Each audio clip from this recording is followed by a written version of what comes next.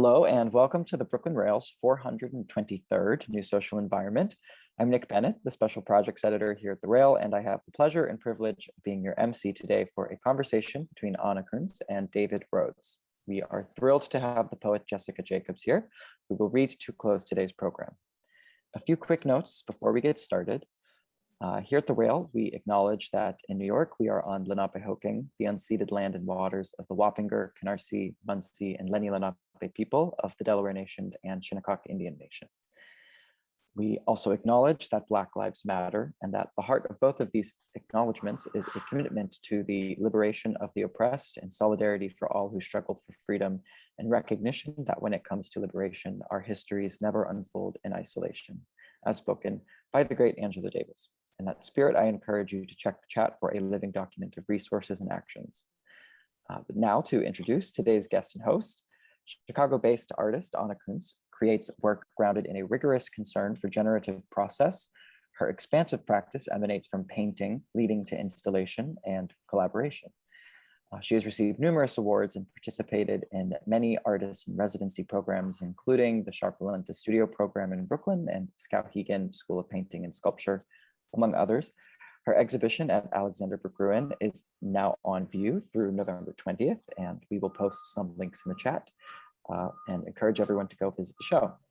Our host today is New York-based artist and writer David Rhodes, who is originally from Manchester. He's an editor-at-large here at the Rail and has published reviews in Art Forum, Art Critical, among many others. His paintings are in the permanent collections of the Museum of Fine Arts, Houston, and the Huntington Museum in Los Angeles. So without further ado, David, handing the mic over to you. Thank you. Well, welcome, Anna, and congratulations on your exhibition. Thank you. And I'd first like to ask you, how do you plan an exhibition like this? Because it's not a simple case of installing work in a way that would be have a visual clarity. It's more to do with integrating the work with the space. It's an expanded process for you, where the paintings are not simply discrete objects to be viewed individually, but there's a discourse between the paintings themselves and the viewer and the space. So could you say something about how you even conceptualize or go between the initial ideas or working process and the manifestation as an exhibition? Yes, I love your question and I love your insights. I told you that via email. But before I start speaking all about myself, I'd really like to take a moment to thank the Brooklyn Rail, the team, especially Fong. And as I mentioned to you on the pre-check, I'm just in awe of the work that you do, especially during the pandemic. I don't think any of us would have gotten through, those of us that have logged on and joined the conversations. I think it really did a whole lot for a whole lot of people. And I just wanted to publicly acknowledge my appreciation on behalf of every single artist I know that has tuned in. So David, back to us. Thank you for your question. It's true that I have a very expansive practice, and this is not, I can't believe I said the word practice, sorry.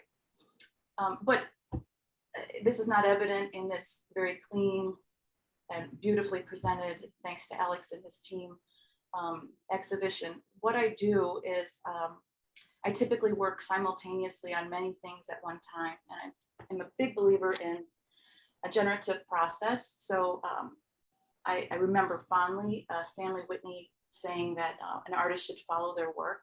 I took that very literally many years ago, and I began to let one form or investigation serve me and feed me for another. So these paintings are made in the studio simultaneously.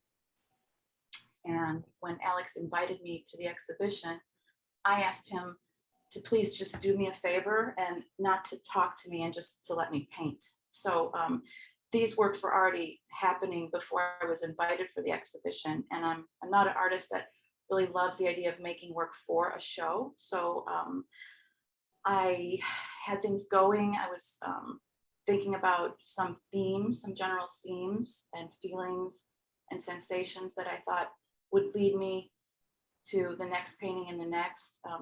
A lot of times, because my goal ultimately is for the viewer to feel a sense of immersion.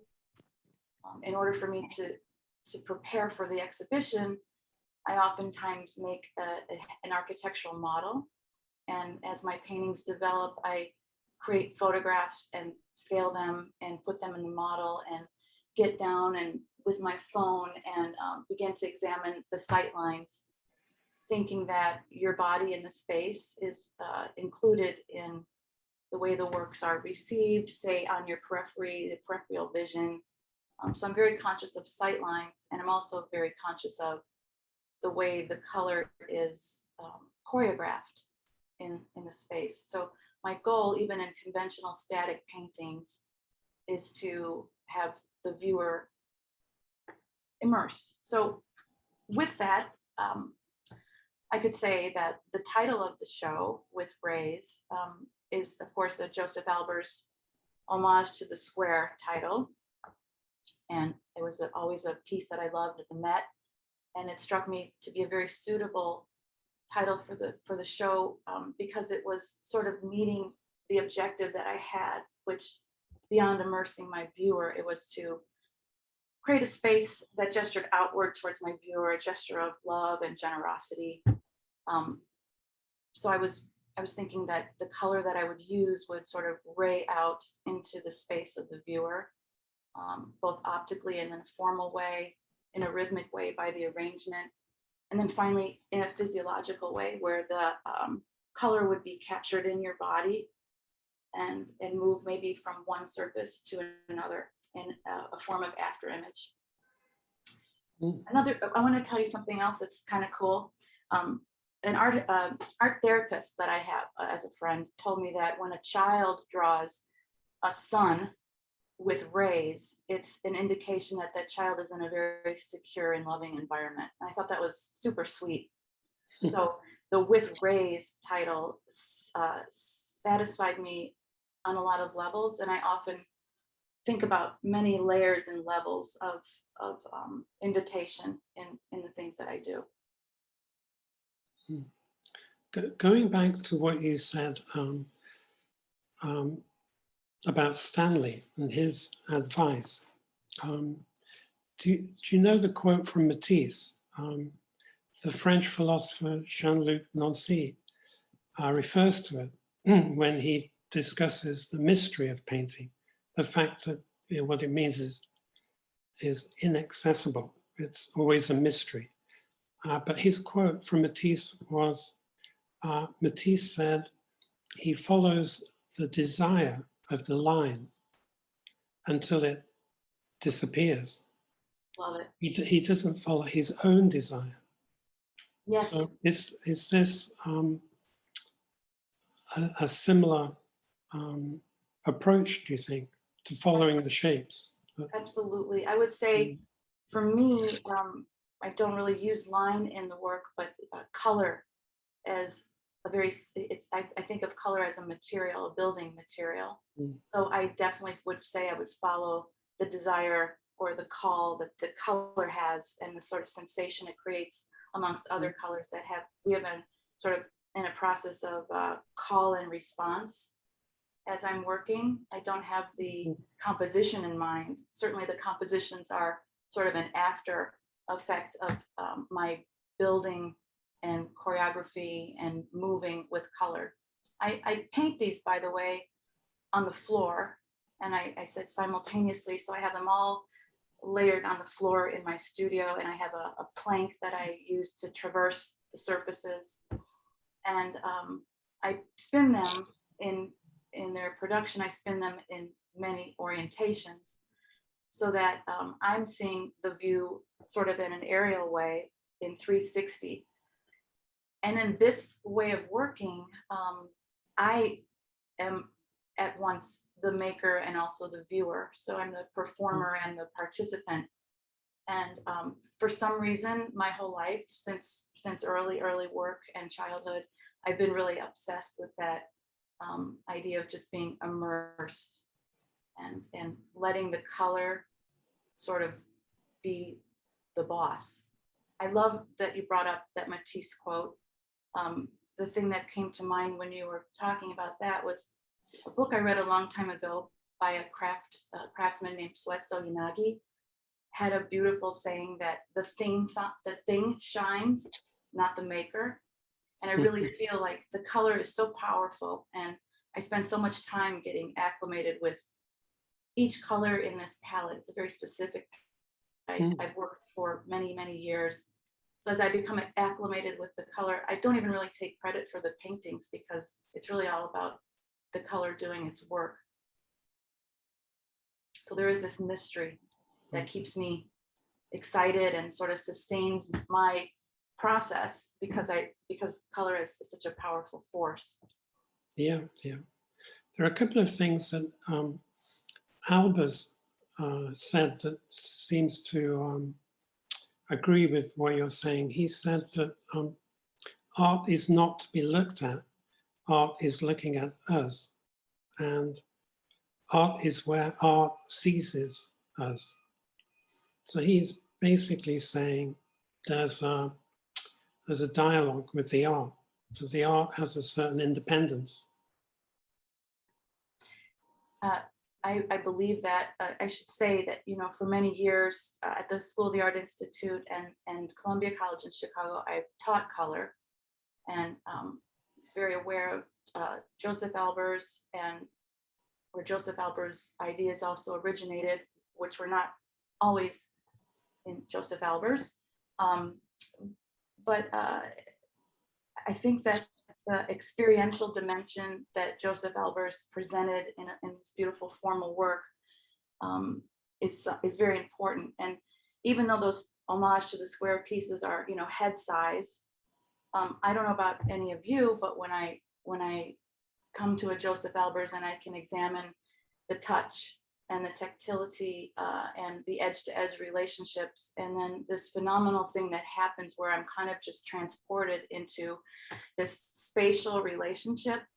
I think I learned a lot by looking at those works, and I'm happy to hear your quote. I didn't really know that particular quote.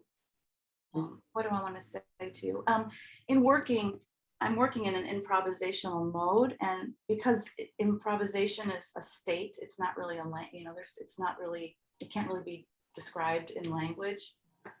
I've always sort of used color to take the necessity, for language kind of away, because I think I kind of struggle with language or articulating exactly what's happening in these paintings. So I rely on color to do quite a bit for my viewer, so that there's a communication happening, but it's not determined by language. You seem to have a very holistic approach to all the various elements, the color, shape, surface, but also movement and actual space. So you must be very interested in performance and dance and theater, maybe.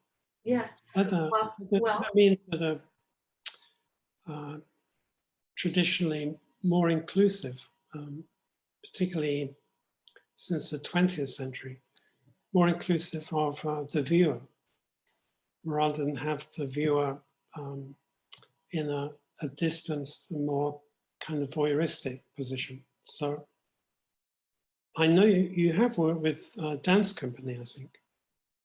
Yes, I'm imagining, as I said earlier, your figure in ground, and my background is that I studied printmaking and performance art at the School of the Art Institute. And I chose performance art over dance because in performance art, I can include objects and color. And they were not narrative, and they were dreadful performances, but they were early coming of age monologues, you know, terrible. But the performative elements of painting, you know, kind of seduced me. And then thinking about color as a performative element itself, where it's something that can't really be contained within a rectangle. It can always, it creates a sensation in your body physiologically that sort of happens in your retinal space and in your brain and can be carried on into other spaces. Color can't actually ever be pinned down. So this performative nature of color, it seemed like my perfect material as I moved from performance and printmaking. And I think that the common thread that those things have is that in a print, there's always this lovely anticipation and chance encounter where the image that goes from the plate to the surface of paper is transferred. And there's that ghost moment. There's that moment of never knowing what you actually get. And in performance, there's this way that I think about it being a resonant, something that resonates, some kind of vibration that resonates to the audience. And in all those ways of thinking, I still can full circle come back to the element of color being the best element to convey these ideas. In this slide, we're looking at a dance company located here in Chicago. The choreographer is named Carrie Hansen, and she's a research-based choreographer. And in this instance, I was asked to create decor for her piece called Exit Disclaimer, Science and Fiction Ahead, which was a piece that she created about the multifaceted argument of global warming. So my big challenge was as a painter and someone who works primarily with color and water and light, what could I contribute that would still be my work and also insert itself into her larger discussion. So those boxes are salvaged cardboard boxes that I painted after research of paint that occurred in the automotive industry. And through theatrical lighting, I could change the timing and the way that those objects were received on the stage by turning them, say, to flesh tones, or very, very bright and lurid, or very, very subdued and passive. And the performers were dressed in these white garments so that there would be some sort of interactivity between their body and the space of my sculptures. The sculptures were on casters, so they were able to be reconfigured and repositioned through the performance.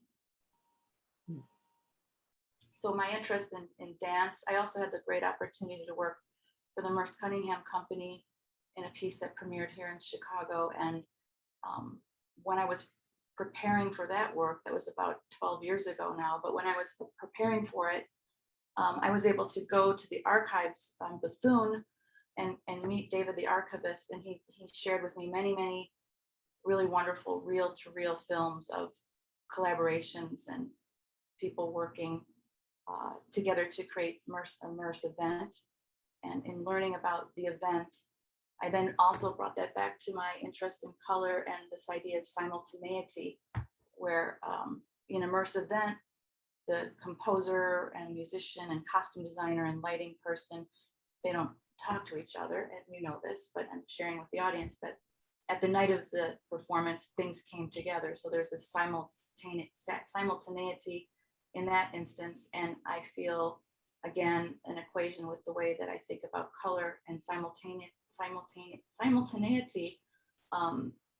So I care a lot in my work to have this, in my mind, this logical thread or through line, which is why I think you describe it as a holistic practice. I'm so glad you recognize that.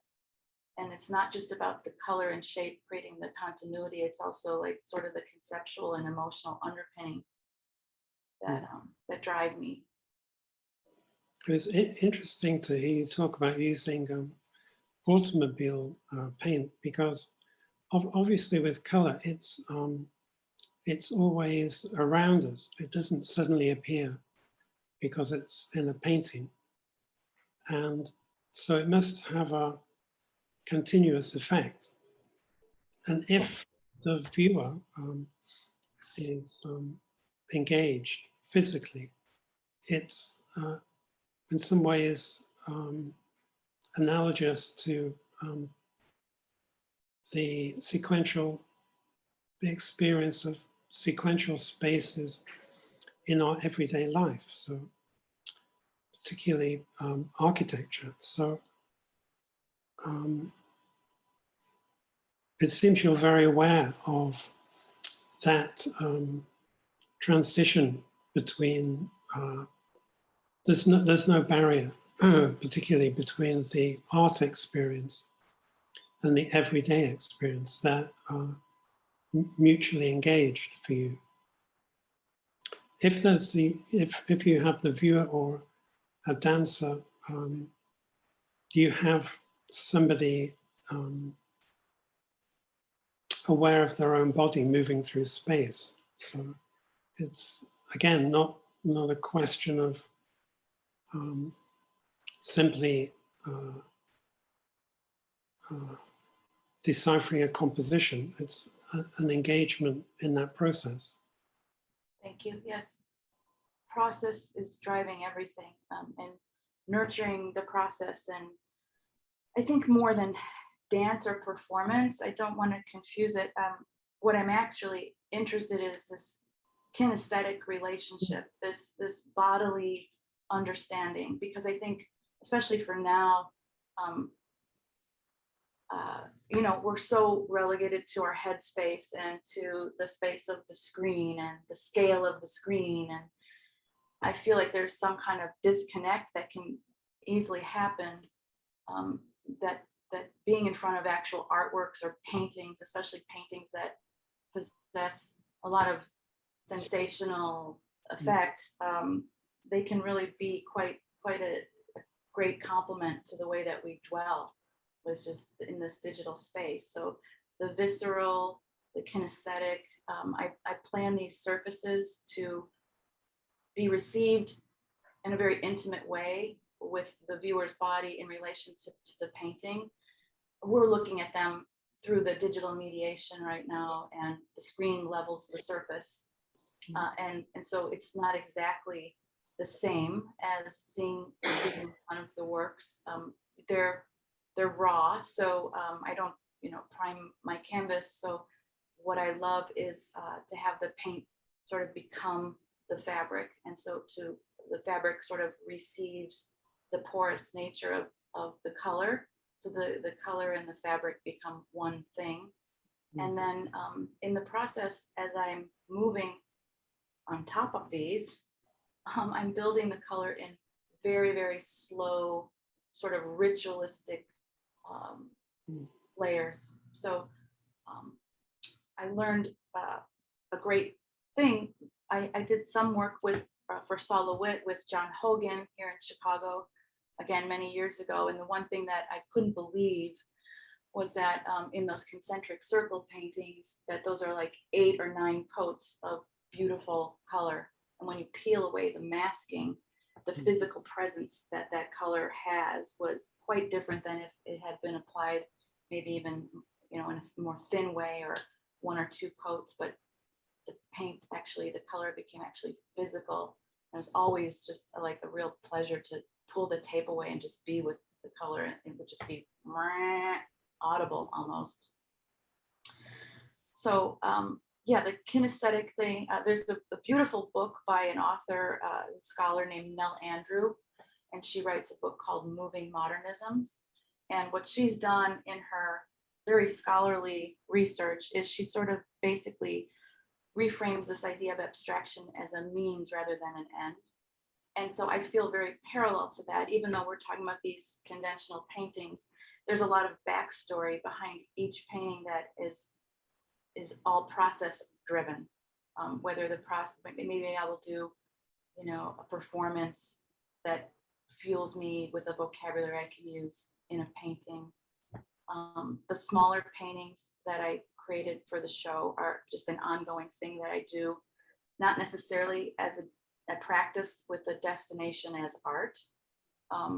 Those little demos, yeah, thank you, Nick. So these are headspace, these are my headspace. And these are creative, still with movement and kinesthetics in mind, but on a much slower and more intimate scale.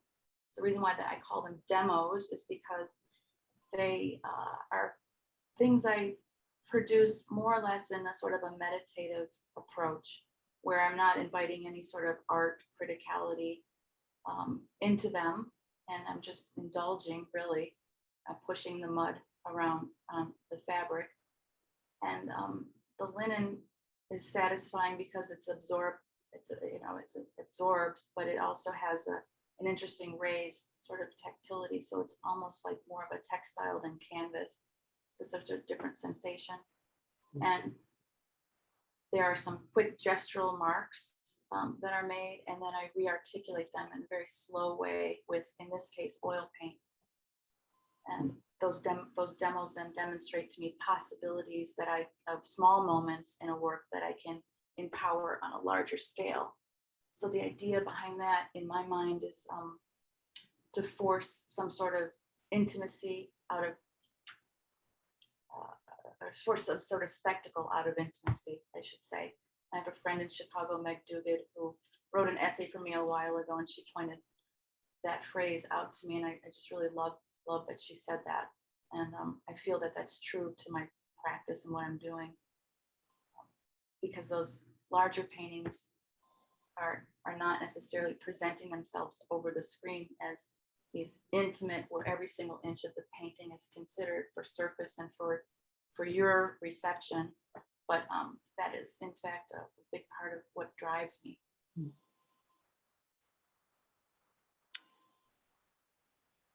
I think there's some question of intimacy or touch is a complex one. It's under-described, I think. Historically, the sense that we have, certainly in terms of art, that's always referred to as vision. But as you're describing, the surface, the physical encounter, the possibility of touch is crucial. But just because we can touch something, it doesn't automatically mean that we're closer to it. There's a dynamic there. Sometimes in approaching something, the range of feeling or thought involved with that touch also creates a distance. So there's a dynamic aspect. It's not simply looking or touching. Aristotle talked about this aporia when he said, he referenced the expression, our eyes touch. So what does that mean? If vision can touch? That's going back to my thought about color. I mean, color can be physiologically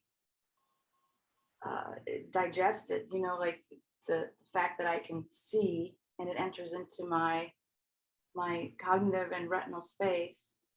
I'm having that experience. I'm feeling differently. I just heard Paul McCartney talk about some songs, and he was talking about how a song that he hears could come into his body and affect him in such a way that he felt completely inspired and sated and fulfilled in a way that felt a lot like being touched. Mm-hmm. So I believe in all of that, and I feel sometimes that the kind of work that I make, that language is incredibly insufficient for what I'm doing, and even questions like that, they just start to tie me in a little bit of a knot.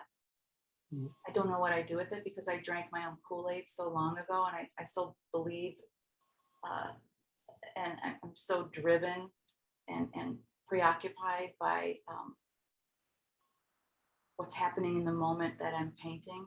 I feel like they're really long endurance meditations, and I feel like I'm able to be a pretty present and conscientious person because I've been accidentally meditating my whole life with this work.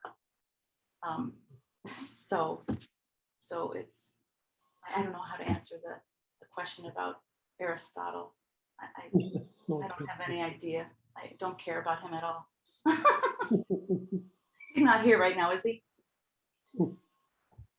I like to talk about the emotive and the gooey, and I like to talk about other people and autobiographies and anecdotes, and not so interested in engaging a really heady philosophical conversation because I don't know any regular people that actually does anything for, you know, and I didn't come from a background in academics. I love poetry and the nonsense of poetry and ephemerality and the power that you can find in something ephemeral, and those are the things I'm interested in. So I think I read that you use poetry for titles in some of your work. Yes, I'm in love with poems. My father was in love with poems.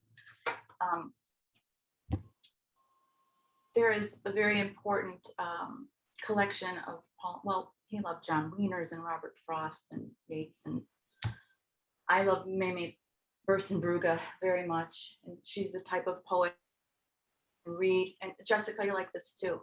She's the type of poet you can read maybe one or two poems, and then you have to put the book down and go, oh my God. Because the way that she deals with color and light and perception is just so graceful. And the poetic phrases that I like to title my works, usually they come after I'm painting. This particular group was very influenced by The Waves by Virginia Woolf. And it's because I'm interested in, you know, I'm talking about a lot about successive contrast and simultaneity and simultaneous contrast. For the color geeks out there, you know what I'm talking about. I can explain it if you want. But this idea in The Waves is all these multiple voices. And I think of my colors as multiple voices. And I think of the idea of heteroglossia, where there are multiple voices. I listen to a lot of sound composition, you know, Suzanne Ciani and Marianne Amateur and my contemporary Marina Rosenfeld. All these ways that multiple voices can be contained in an experience. So I thought that Virginia Woolf's Waves would be interesting. And when I revisited it, I realized that there are so many beautiful sound bites throughout that book. It's just, it's ending. And I would only choose a title if it had like sort of some layered personal or innuendo for me. And so I would name the painting, I guess you could say title, but those phrases are really meant to be in collaboration with the painting, not necessarily descriptive. Maybe there are ways to provide some sort of entranceway into the viewer that wouldn't be familiar with my work or process, so that they can feel there's some kind of anchor point. But in the end, the eye has to be the anchor for these works. The eye is very important. But the poetic title, for example, Familiar Rhythm, that is something that I was listening to a continuous sound composition on a loop of Suzanne Ciani in my studio. And Suzanne Ciani was a pioneer, for those of you that don't know, of surround sound. So the work that she did was beautiful, and you should listen to it in your studio. And so the rhythm became very familiar to me that was occurring in that composition. And it really, really helped. I was translating sort of the rhythm with the way that the color would recede and become very present and very past tense, all in the same painting. So I believe that color arrangements can create different rhythms, as we see in this piece. Mm. And, you know, on a personal note, I'm taking poetry because it's autobiographical to my father. The way that the color operates in this particular work was pretty directed. I was pretty directed by this feeling of present tense and past tense. So the very present tense are those colors that you see that come very forward and are received very quickly in our optical space, and the ones that become more faded or higher value and lower saturation, those things tend to pull away in the space. And I'm talking about, you know, the present and the past. I'm so very aware of everything in the past, especially through this COVID pandemic and whatever lives and losses that we have all personally suffered. The color is also a vehicle to translate those ideas as well for me. Color that seems more grayed out is very much in the past. There's a sense of my use of water. I use a lot of, I say all the time that my materials are water, color, and light. Of course, color being a property of light, but that's a whole other situation. So many of these surfaces are diluted and distilled with large amounts of water. So they're puddling and they're kind of weeping at a certain point in my studio. I think of that, maybe I'm weeping through these paintings, but my intention is to bring a lot of different emotive feelings into one work, and again, a simultaneous configuration. Are there particular artists who are important to you that we haven't mentioned? Well, you know, I would be willing to bet if I looked at the participants in this chat this afternoon, that many of the people that are present, I feel like I want to ask you all to scroll the names of people that are here. I feel like I want to acknowledge people that are here because I have a feeling they're important to me. But beyond that, I mean, you know, we can have our historical greatest hits, but beyond historical artists, I think about, because I'm from Chicago, it's as Tony Lewis says, it's a really important place to come and do your work and kind of cut your teeth.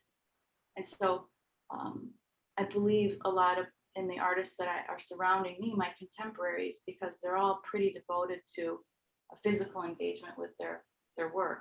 I remember Hudson saying that same thing. He once said he didn't really care what artists' work necessarily looked like. He was more interested with the physical engagement of their investigation, of their practice. And the work ethic that I have, because I think Chicago has that sensibility very much beyond a DIY sort of sensibility. Those people are important. Of course, we know my friend MacArthur Binion. I know that you've talked with MacArthur. You know, the work ethic in his work has been made a huge impression on me as a younger person. I've known him for a long time. There's an artist named Phyllis Bramson who is a dear friend, a Chicago artist that's been engaged with her work. I love artists that are engaged with their work for no destination, meaning that they're involved with this mystery. They're involved with the puzzle of making their work, and maybe they have recognition and exhibition opportunities, but maybe they don't, and doesn't mean that they're not also important. So musicians influence me a lot, and poets. And in fact, I prefer to hear when poets or musicians talk about their work than I do artists, because I have a problem. I don't really always understand what artists are talking about. When there's like a lot of stuff they're talking about and describing, and I'm not seeing the evidence really, I don't know how to understand that. But, you know, the greatest people, Stanley Whitney, of course. I loved always Merce Cunningham's work, Yvonne Rainer, I love, as you mentioned, Vivian's suture. The haptic surfaces are definitely something that I feel like I can read and understand. More historical, Akarova, the beautiful dancer, the Delaunay's, Sophie Tauber-Arp for her modular interest. I'm very interested in that. I've always loved everything I grew up with in the Art Institute collection. It's a heavy impressionist collection. Not to say that I didn't learn a lot about color from that. I grew up in the Art Institute because my father was in charge of the food service there. And so I would have to be babysat by a security guard. And the guard that I became dear friends with, Lendell Woods, would babysit me and teach me many stories about the collection. But his primary beat was the Rothko painting. So it's no mystery to me, because I remember seeing that work when I was a kid and being absolutely frightened to death of the color against color. So that was important. Of course, Joan Mitchell. I too was a figure skater, and I think I learned through my body how to understand space. And she also was a figure skater, I learned, which I liked. And I like the fact that she uses light hue or white pigment oftentimes to edit. And I also have learned quite a bit of thinking about using different hues to cut away or edit certain things to create more economy or openness in space. I could go on and on, quilters of G's Ben, the anonymous tantric drawings are not meant for art, but are gorgeous to absorb.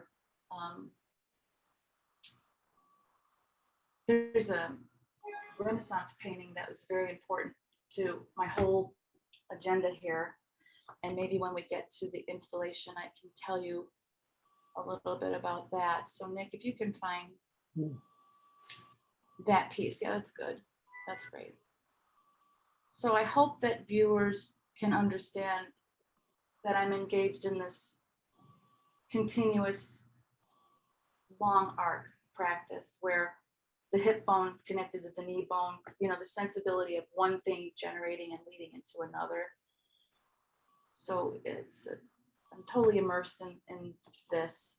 So there's a Bellini painting from 1500 or something. Zaccaria, the Chapel of Zaccaria. I don't know if you could put it in the text. If you Google Giovanni Bellini 1505, you probably find this painting. And it's a very important painting to me for many reasons. But one is that it presents figures that are draped in different colors, and they're as subjects, they are all from different time periods. So I consider that as this progressive assembly of space where there's, again, this heteroglossia, many voices, or simultaneity, where many things are happening at once. And I bet there are some people in this discussion that are now pictured here in my installation. So what this installation was at the Hyde Park Arts Center was kind of my way of doing a retrospective of about 10 years of work, where little paintings were assigned new material forms or scales through either a digital means or by painting on large yardage of silk.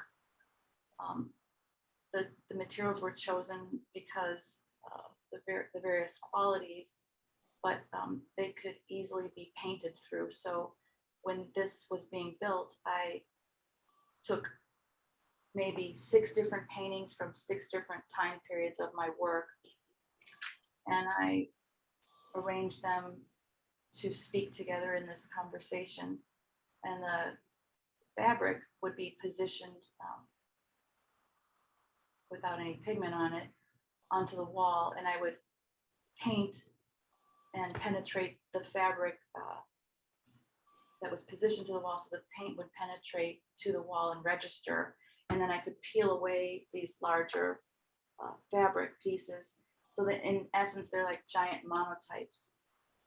And the registry and the transference is, of course, an interesting idea in another way, but I could then also invite the viewers to traverse the space. And I wanted to make sure that I was being as inclusive as possible, because this is a community center art space. It's sort of like the Kunsthal of the Midwest. And I wanted to make sure that I provided opportunities for people that were potentially disabled to access this contemporary work. So a ramp that could be utilized, and there are some things that could be literally touched. I couldn't tell people not to touch, so they were touching. And in the platform of this work, there are transducers. So there are these wired speakers that run throughout the platform. And I worked with a composer named Beth Bradfish, who created a beautiful digital cello work that would vibrate and it was random, and it was embedded into the floor so that the platform itself would hum, and you could hear this sort of cello vibration happening. And that was intended, just to create, to make more sensory engagement than I had done in the past. So I'm those. so sorry to interrupt, but Anna, would you want me to bring up that video, or? Is that something that I should do? Yeah, maybe. Completely up to you. Let's play 30 seconds of it. Okay. All right, bringing that up right now.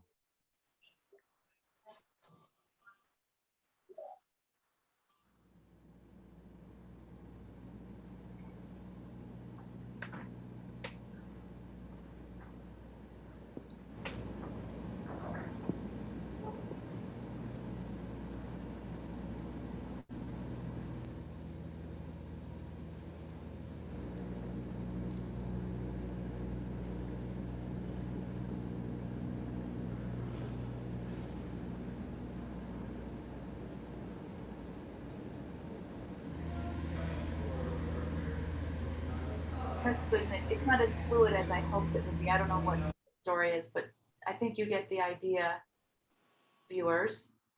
You heard a little bit of the cello, and someone saying drones and sails. Yes. So that was kind of an important undertaking, because there's a lot of math involved in something like this. This is 40 feet high by 65 feet wide by 30 feet deep. And I wanted to bring my paintings to that architecture. And also I love that you brought up architecture earlier, David, but you pointed me towards, who did you mention to me that I should think about the architect in our discussion? I think, very much was affected by always visiting Louis Barragan and thinking about the sensuality Barragan brought to architecture, where architecture is carved through with light and color. And the way that, who is the architect that you mentioned? I'm trying to remember. I have it in my note. It was Palasma, a Finnish architect. Oh yes, and I had not been familiar with that, but I went and watched a video, and of course, he was so captivating because he recalled the quote of Dostoevsky saying, "Beauty will save the world," and that he thinks that it was the only trustworthy idea these days. So he's also was advising creative people to build themselves and construct themselves, and thinking about the construction or architecture of ourselves and how that can translate into spaces. That was very beautiful. So thank you for recommending that. We should put that in the chat for anyone who's interested in looking into that as well. I have it written down here. I don't know why I can't find it. Sorry.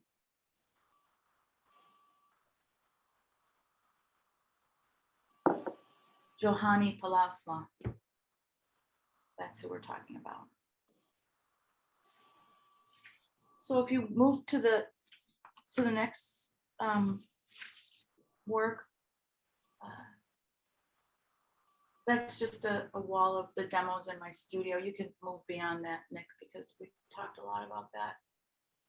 This is you asked David in our email about my use of nature, my influence of nature. And I think all artists are influenced by nature. I very much think about the experience of being in nature more than I think about any particular form or plant life or rock formation. And the water has been very important to me. As a surface, there's more than meets the eye, and I love that idea that the great mystery of the layers of what are underneath the water contribute to what we see. So when I was in Skowhegan, I love the idea of taking old art forms and trying to figure out a way to present them a little bit newer. So I took the fresco, and I put it over some floating foam. And I did this photographic work where the current of the water and changed the configuration of the forms. And then later I took those and again, fresco is this beautiful process that's a little bit like what I was talking about with the water and color and fabric, where the color becomes the form in fresco. So the color becomes a body, in essence, in these works.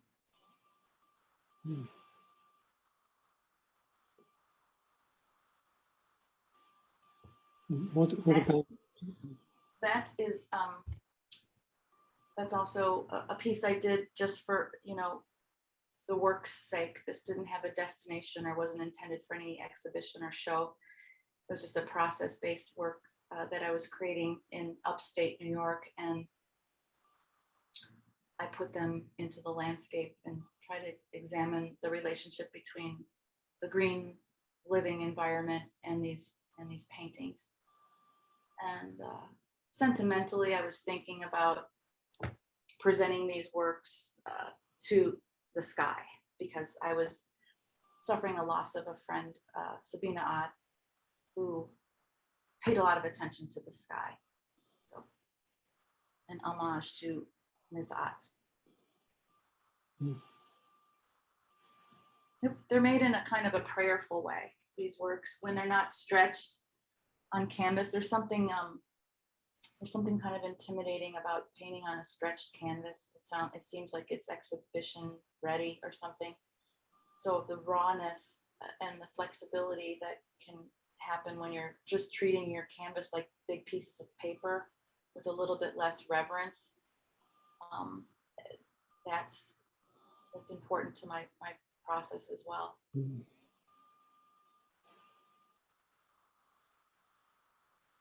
This we don't need to really talk about too much. This is a three-piece painting where I was really charged with trying to activate a very dead space. And the architect, this is in a building here in Chicago, and the reflective floor gave me an idea to have this color where I could create color strong enough that it would sort of double onto the surface of the floor. And this is a throughway to the train, so I needed to make sure I activated it and gave those the pedestrians something to feel as they move through that particular corridor. And this is an old piece I wanted to include because this is when I first met Fong, when I was in the Marie Walsh Sharpe, which is now Sharpe-Walentas Studio Program. And this was an early version of some of the work that I showed you in the Hyde Park.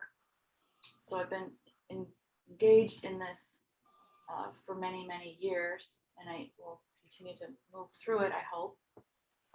But it shows a little bit about the wall to the left is the result of the painting that's been registered through the fabric. So in this moment in the studio, what I started to pay attention to were the possibilities for me to formalize the element of sunlight, to formalize light and use light as a material in the work. And so from that sensation or realization, I'm making these paintings that you see full circle now at Alexander Berggruen, which I've recorded this in my mind. And so those paintings somehow look like this with these elements of transparency and opacity. So in a way, these giant monotypes or low relief sculptures, whatever you want to call these, they also serve me as studies or still lifes for those paintings in a way. So the full circle. What is the materials that you're using? Well, it's not a gridded fabric, it's a non-woven material. So when you see it up close, it almost looks like fiberglass or something. It's a round, like sort of circular fiber. It's impregnated, and they use it for projections, for screen projections. It's an industrial material. I don't even know the name of it beyond non-woven fiber. But it's a lot like theatrical screen because it can be projected upon or from a rear projection. Things can happen as well.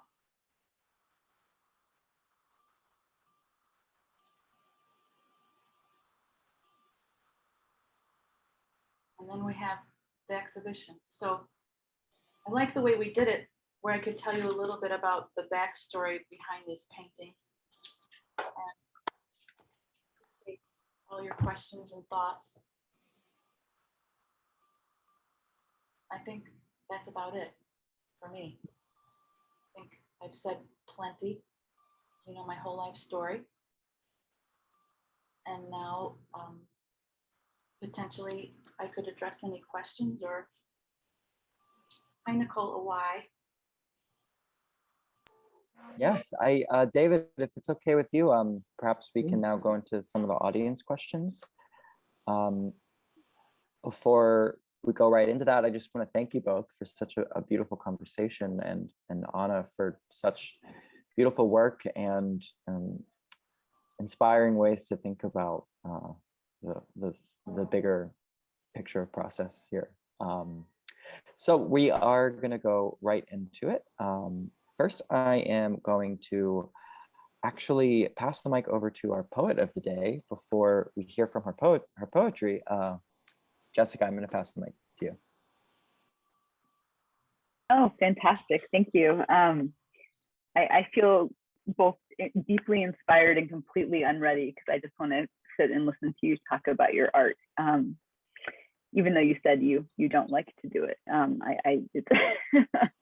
which I completely understand. If I could actually paint, I would also love to transcend language, which I agree is a failed medium, but it's what I have. So listening to you, I've actually changed my set because I just want to kind of speak to some of the things that you're talking about so beautifully, and thanks to you and to David and to all the Brooklyn Rail people. It's an honor to be here. I'm going to start with a really brief poem from my first collection, which is almost entirely about the artist Georgia O'Keeffe, who actually attended the Art Institute of Chicago. And it was a beautiful challenge to be able to try to put language to her paintings and to try to find my way into her voice. And I'm going to share an image with you.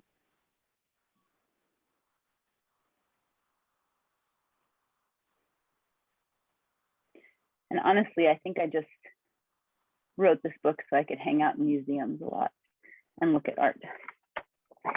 So she painted this. This was a very early painting for her. It was in her 20s. She was teaching in Canyon, Texas. And she had just begun to paint again. She went through a period of just using charcoals. And this is one of the few self-portraits she ever did, and some of her very few figurative works. And this was also the time when she began to write these letters of longing to New York, to the photographer Alfred Stieglitz, who she would eventually marry. Nude Series 8. Naked swimmer, I am your blue lake, a hot moon lifting from my throat. Tonight, I am full of wheels and empty canyons. Desert so open we walk without roads. The sheet on my bed is a great twist. It is strange to write you just because I want to, but I hate to be undone by a little thing like distance.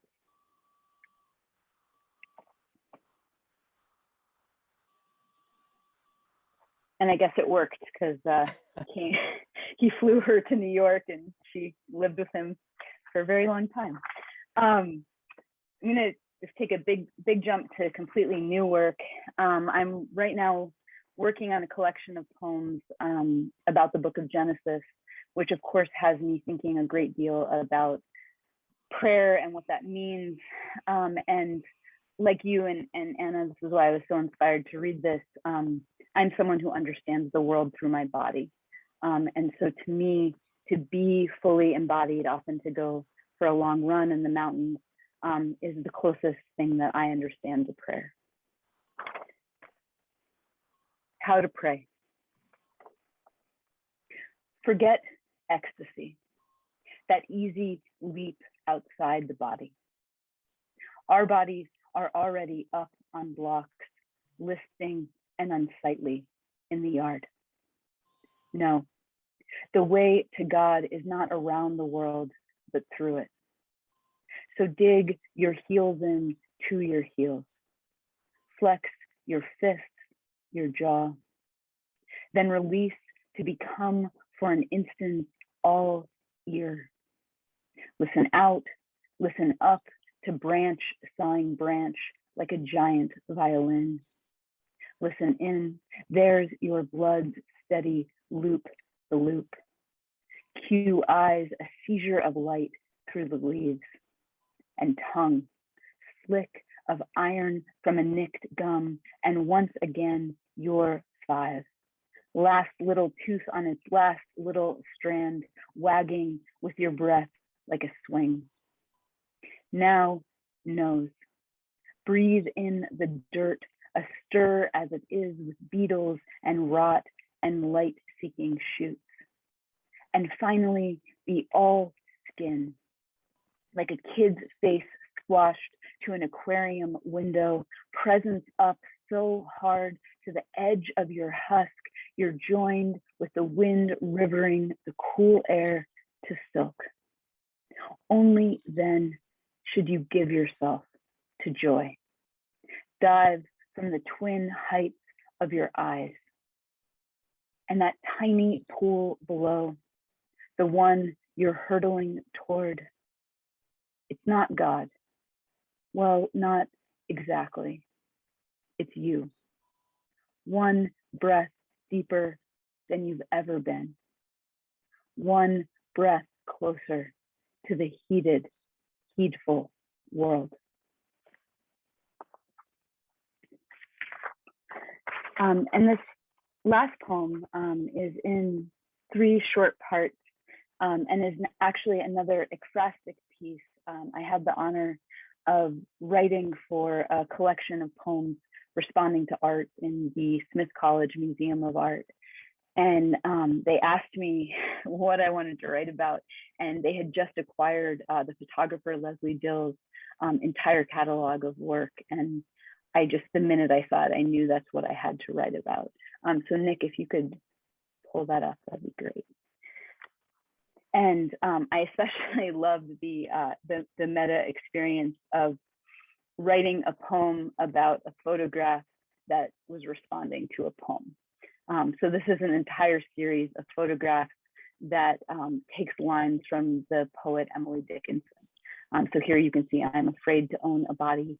I am afraid to own a soul.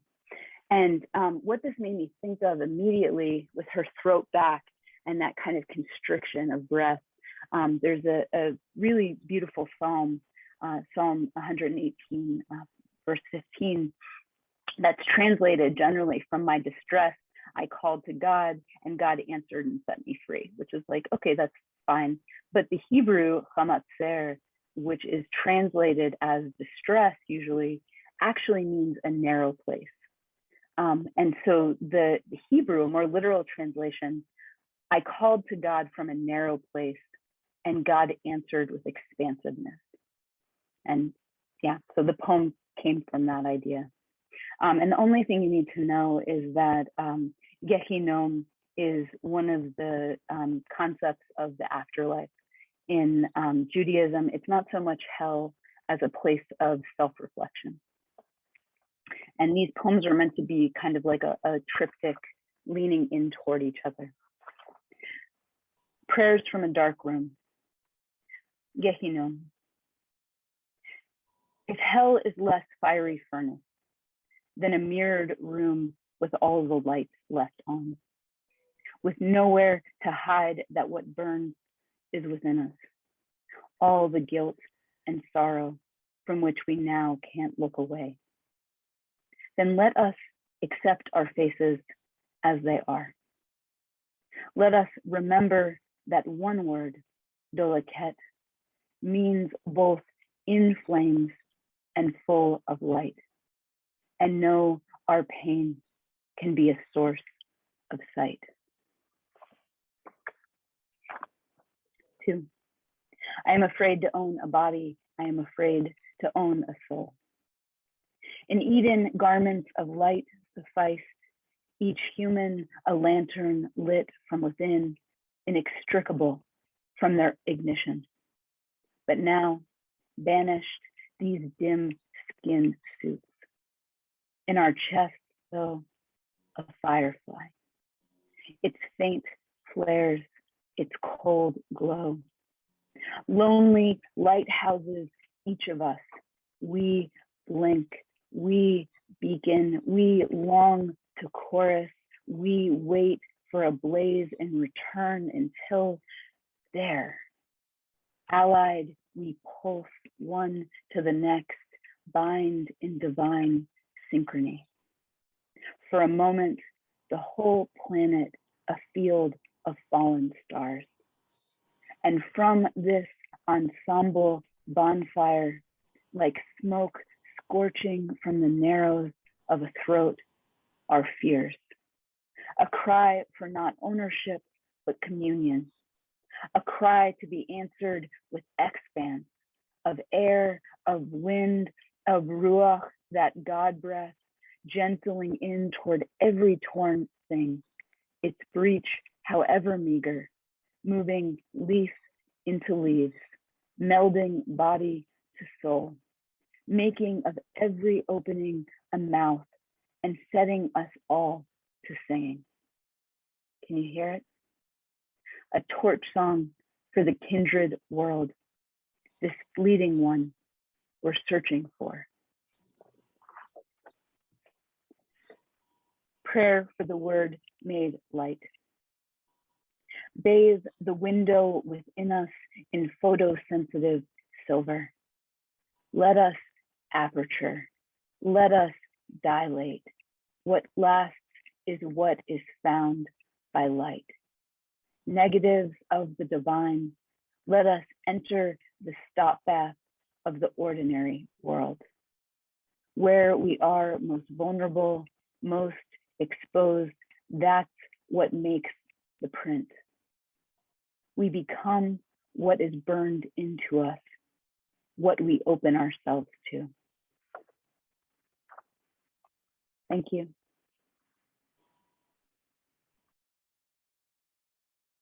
Thank you so much, Jessica. I'm so sorry. I think I misled you. I think we got to her poetry a bit sooner than expected. But I want to I didn't want to interrupt you because that was so beautiful. And as GE also just mentioned in the chat, how perfectly connected to today's conversation that was. So I want to thank you, but we can be spontaneous. We can start with poetry, and we are going to take a few questions from the audience. Speaking of GE, I'm going to pass the mic over to you. But thank you, Jessica. Thank you, Jessica, first, and to go back, and thank you, of course, Anna and David, and of course the Rail. I did not know about your work before, Anna, so I'm so glad to have this introduction. Thank you to the Rail for doing so. I'm very taken by the way your work seems to combine the spiritual with the humorous, because I see a lot of wonderful, playful humor in the work. And also, of course, the poetic with chance and sort of randomness and things. And I guess my question is your primary aim, if there can be said to be anyone at all, to always sort of mirror humanity in a kind of timeless or outside of time kind of way? I love you so much. Thank you for that. Oh, thank you. We can go home now. Yes, thank you for picking up on that. You know, I was talking about my background in studying performance. You know, Chicago's a theater town. And there was a time in my life where I thought I would be part of a sort of a second city situation. So I pick up on that. I'm not trying to be funny, but it sometimes just is. So humor is a way of lifting people up. And I think it's a very spiritual practice to make people laugh. The great Sheldon Patinkin, who was a teacher of mine, once said, when I was depressed, I wouldn't get any serious, I wasn't being taken very seriously as a young person. This is not recent. He said, remember, Anna, if you can make people laugh, they're always going to listen to you first. And I don't know, I somehow absorbed that, and I'm sure it comes out in some ways, but as I said, like the emotive quality of color as a material, it has this capacity to be incredibly forceful and carry different associative emotions depending on who's wired, how they're wired. We're all brought to life through these different orientations. So it's impossible to say that color is any way universal, or the reading of color or reception of it is any way universal, but it is inviting collectivity, because after all, we all dwell in the visual. So color is received, you know, as I said before, in our eyeballs, and someone's putting a vital sign of life is laughter. I remember someone saying a way to measure how comfortable people are with each other is how they laugh together.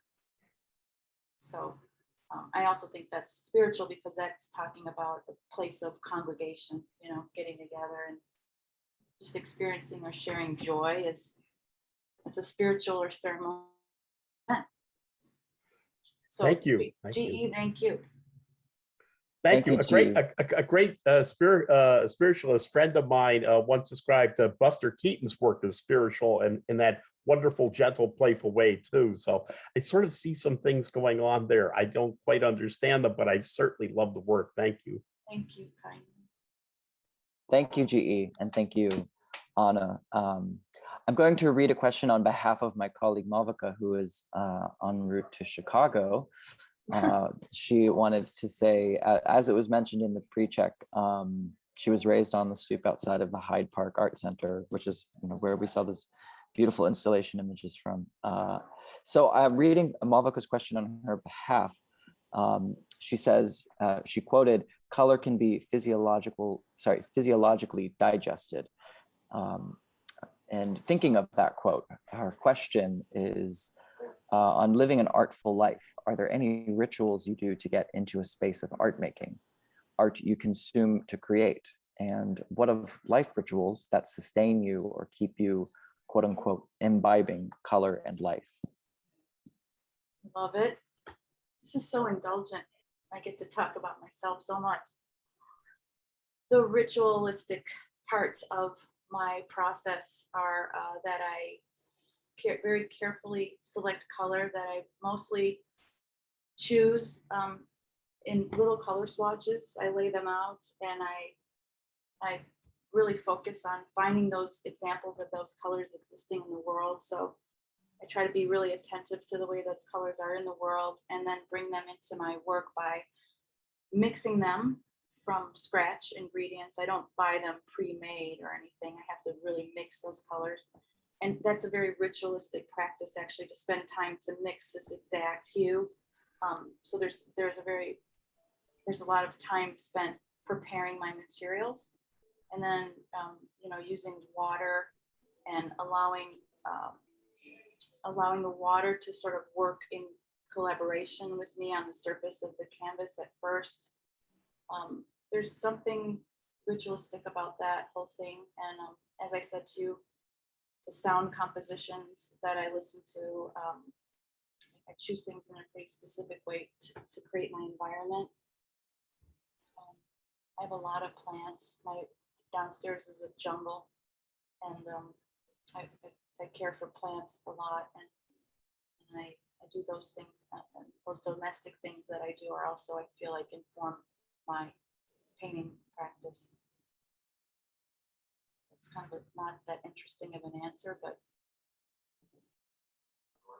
No, thank you. I always think about the best things to say when we're off.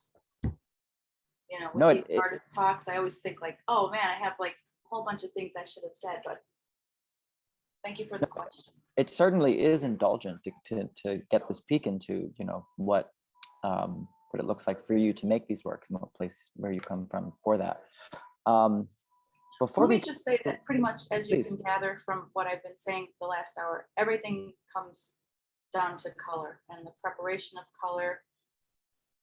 Become very aware of the inherent chemistries of the pigments, the way that they bleed and release, and the timing of the dry timing. They're all different, so they all have their own inherent characteristics.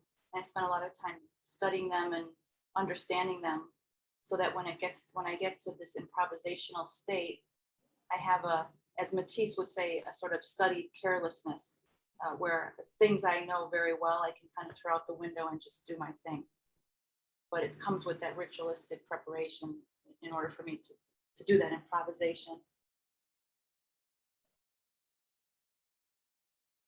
Well, thank you so much, Anna.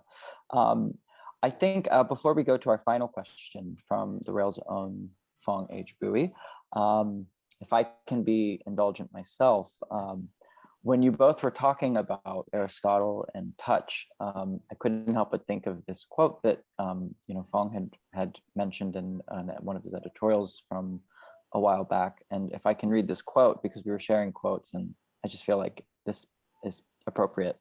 It's a quote from the great Peter Brook, and the quote is, "We're part of people, and people are part of us, and we find ways to contribute and encourage the best or the better to survive the worst in the world of humanity." And that's what our work is about.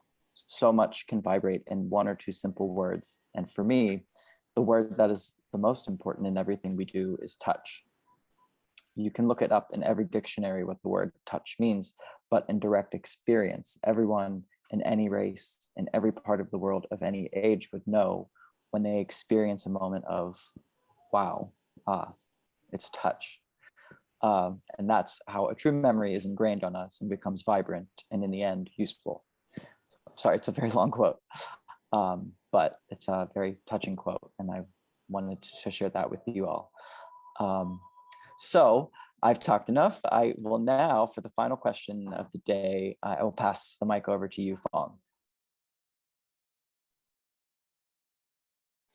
Thank you, Nikki. There you Thank you so much. Thank you, Anna. Fong, I love you so much. I love your people, the Brooklyn Rail. They good. We have good team, Anna. After having survived the coup d'etat nearly 4 years ago, I realized when you love something, you don't fall asleep at the wheel. That's right. And you certainly haven't. And I was saying, I think before you jumped on, that I wanted to give just a huge moment of gratitude for this team that you have, and the way that the love and energy just resonates through the screen. And, you know, my education postgraduate in year 2000 was that I subscribed as a Chicagoan to the Brooklyn Rail, and I found this amazing bottomless well of inspiration. I would take a highlighter and highlight all those artist interviews and poetic phrases and political discussions, and I would just accumulate all this knowledge. And I really do feel like the best part of my education has been literally through the Brooklyn Rail, because how else would I insinuate myself into the larger scene and the discussion of all these painters and artists that I so revered through these intimate interviews. So thank you so very much. Well, it's thank you for being part of it. The whole motivation is how we can prevent for any mechanistic politician or bureaucrat having the to say, as Hillary Clinton say, the basket of deplorable. We should never ever go there and see these people in such light. The idea is how to mobilize and be generous with the humanities and sciences, so that it's not only associated with the cultural elites. And I think that's exactly why the rail is free, you know. Anyway, I was very admiring your advocacy of colleagues, artist colleagues, you know, who might not have chances, opportunity to show their work, as some of us have. But Stanley Whitney is a good example, and so is yours. Stanley taught all his life. He's making the same painting. Now all the adoration, you know, all the so-called high value of the work is only means to him freedom and mobility. He have not changed one bit. Not as a person, not in his work, and everything else in between, you know.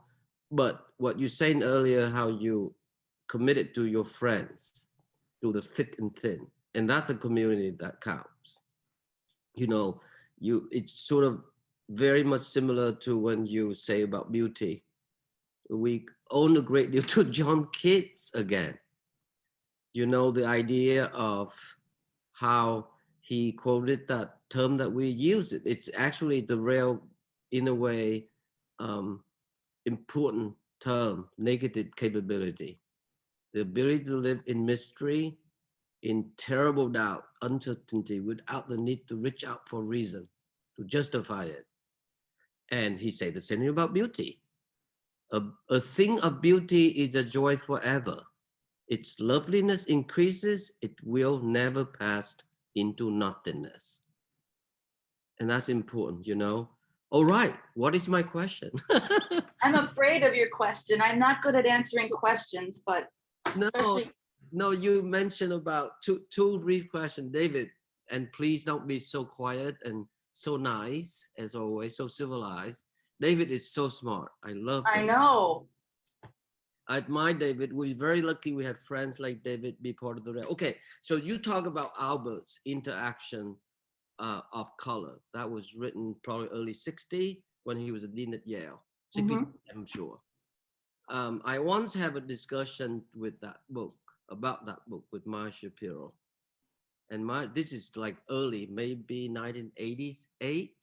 Wow. And he said to me, as terrific as the book was intended to teach young students about color, it ended up to be a very good demonstration of different means so that young people can have an access to color. But the equally important book, even more important to Albert, Interaction of Color, he mentioned was Goethe, 1810, Theory of Colors, which is the opposite. It's more about, the kind of complex reaction, emotional reaction, refraction, chromatic, aberration, color of shadow, and everything else in between, you know? So yeah. I'm thinking about it now because I've been asked young painter, artists, what books among the material and techniques, you know, David? It's so interesting recently. I've been telling all of my student and friend who've been teaching and their student, I say to them in reference to Albert Interaction of Color, what Albert Interaction of Color is to Ralph Mayer Artist's Handbooks, in the same way that I would say Goethe Theory of Color is to Max Derner, the material of the artist. Do you guys know Max Derner, David? Yeah. Because it's not written in terms of, I would say, demonstration and ratio is written in clear poetic prose. And it's very interesting. All right, that's one.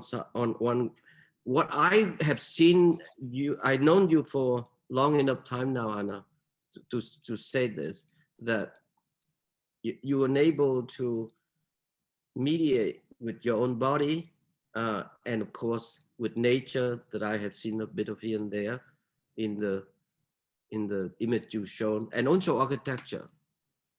So that's bring up to my question. It's very simple. What are what are your senses of scale? What is scale? What scale mean to you? Because scale is a very psychological condition.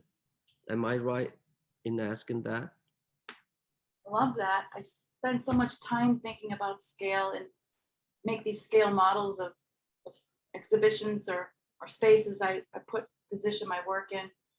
The first scale is my palm. The second scale is my head. And the third scale is my wingspan, my own architecture. And then imagining those relationships positioned within a larger architecture. And then imagining the scale of architecture being disrupted by of light or of the human figure. So the scale is sort of like the Bellini painting I told you about, the arc that is the container for these modular different scales, you know. So this is so your question was what is my scale? What is scale to me?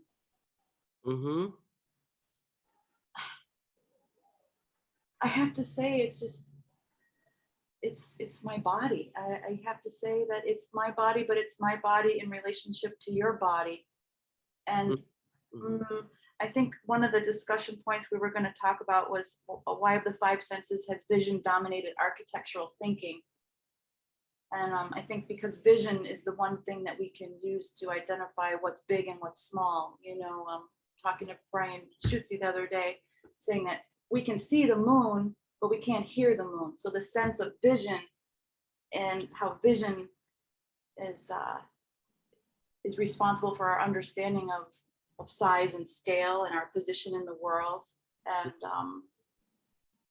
color can also take on scale. So color can be expansive or it could shrink. I can, and you see this in Albers all the time.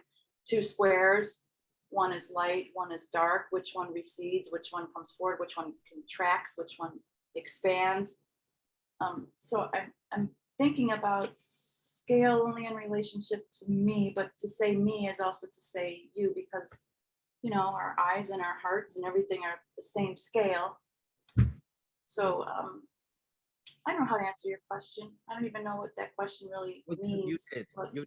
You did, Anna, because you described your palm, your hand, your head, and expanding your hand as far as you can go. But I don't want it to be so much about me as much as I want it to be about you. Well, that's a humanistic tradition. Yes, and I'm all for it. Yeah.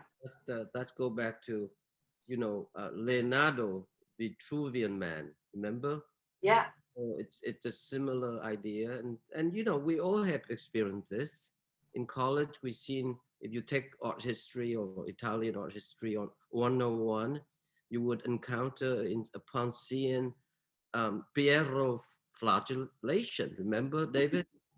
You think the biggest painting in the world, and then when you go to Urbino, it's about this big. Yeah. So it's terrific. Well, anyway, thank you, Anna. It's a humanistic tradition, and that's what we are trying to recreate in the similar term. There's nothing else. After suffering such great loss, I mean, I lost both of my parents and three of my most nurturing friends in 2 years. And, you know, James Joyce, you get a deeper life, you get deeper work. It just happens. It's not even anything I'm like driving to make like some sort of sentimental emotive work for all, you know. I don't, it just is what's come to be through my life experiences, mostly of loss. Yes, you're absolutely right. And that's what we are reclaiming. The pandemic allowing us to slow down, and slowness slowness. Responds to humanistic tradition. Yes, So it's not so bad. So we're doing it all together. That's we're why doing it. taking time to amplify the slowness of culture. What we love is the only effective arsenal, only effective tools to again demagogy deployment of speed. And that's we're doing it. So That's thank right. you. Thank you kindly. I hope I see you again and again. Soon, definitely soon. Thank you. Okay. Back to you, Nikki. Thank you, Fong. Thank you so much, Anna. Hey, Nick, can I ask a question? Will I have the course. transcript of this so I can read the people's chats because I didn't acknowledge Yes. anyone in the chat? Okay. Absolutely. We'll make sure to send everything over to you. And speaking of, I want to thank everyone for being so active in the chat and sharing thoughts and questions and being here today for this wonderful conversation. So we started with Jessica Jacobs' poetry, and we're going to end with Jessica Jacobs' poetry. It feels like a circular kind of day, a cyclical, circular. I'm going to properly introduce you, Jessica, and hand you the mic. But our poet laureate of the day, Jessica Jacobs, is the author of Take Me With You Wherever You're Going from Four-Way Books, published in 2019, which was the winner of the Devil's Kitchen and Goldie Awards, among many other books. She lives in Asheville, North Carolina with her wife, Nicole Brown, with whom she co-authored Write It, 100 Poetry Prompts to Inspire from Spruce Books in 2020. She joined us just this past Wednesday for our radical poetry reading. Welcome back, and over to you, Jessica. Thank you very much. I just have one final poem to share with you, and I think it's appropriate. It involves lots of spinning and circling around, so thank you for the segue too. So this poem responds to the story of Jacob wrestling a stranger or an angel, depending on the text, by a river. He's on his own, it's at night, and finally the sun starts to rise and the angel asks him to release him, and he says, no, you must bless me. And he blesses him by giving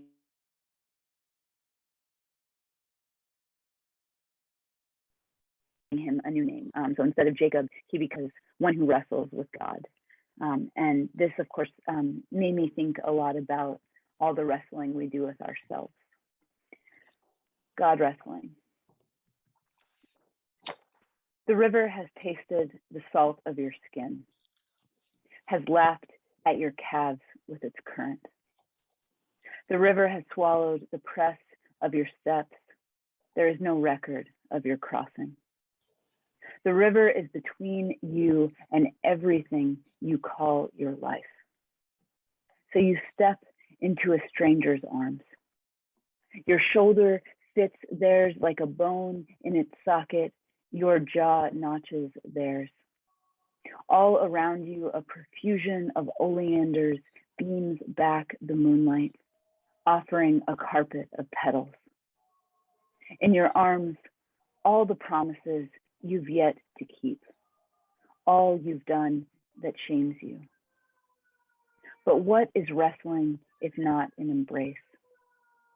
It's too dark to know you have the same face, and only like this, cheek to cheek, each looking over the other's shoulder, can you see the world whole. Close at first as a slow dance, you spin and spin, your tracks a tight coin. Matched, you step out, making a spear tip of your bodies. Matched, you step further, levered like rafters, needing the other to stay aloft. Your tracks trace widening circles, ringing out through the fallen blossoms. Names are required only when not alone. This stranger does not give you a new name, just calls out the true one you tender in your chest. The day is breaking the night's hold. The far bank is calling. On one side, you. On the other, your life. Join them. Thank you. Thank you. Thank you so much, Jessica. I want to thank you, Jessica, for sharing your poetry with us today. Of course, I want to thank you, Anna and David, for this wonderful conversation. I'd like to also thank Alexander Pergruen and Kirsten over at the gallery for their help in making this event possible. And we just posted in the chat a link to the exhibition if you can make it to New York by November. Apologies, it's open through November 20th. So I encourage everyone that can to go see the show, see and relate to the works in person with your bodies.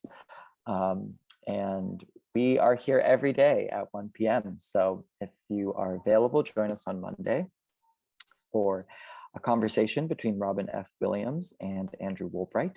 We will conclude with a poetry reading from Carolyn Ferrucci. And you now can all turn on your microphones to say hello and goodbye. And wishing you all a very happy weekend. So thank you all. Thank you, Nick. Thank you. Thank you so much. This has been Thank you. amazing. Thank you. Thank you. Thanks, everyone. Thank you. Thanks so much. Thank you. Thanks, Jessica. Thank you so much. Thank you.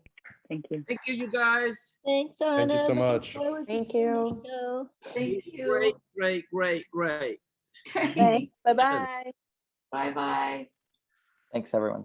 And Anna, we'll send everything over to you. Thank you, Chat and Jessica. all. Jessica, Reading. I can't wait yes. to paint with your poems. Oh, thank you. I absolutely. actually was just thinking I can't wait to write with your paintings.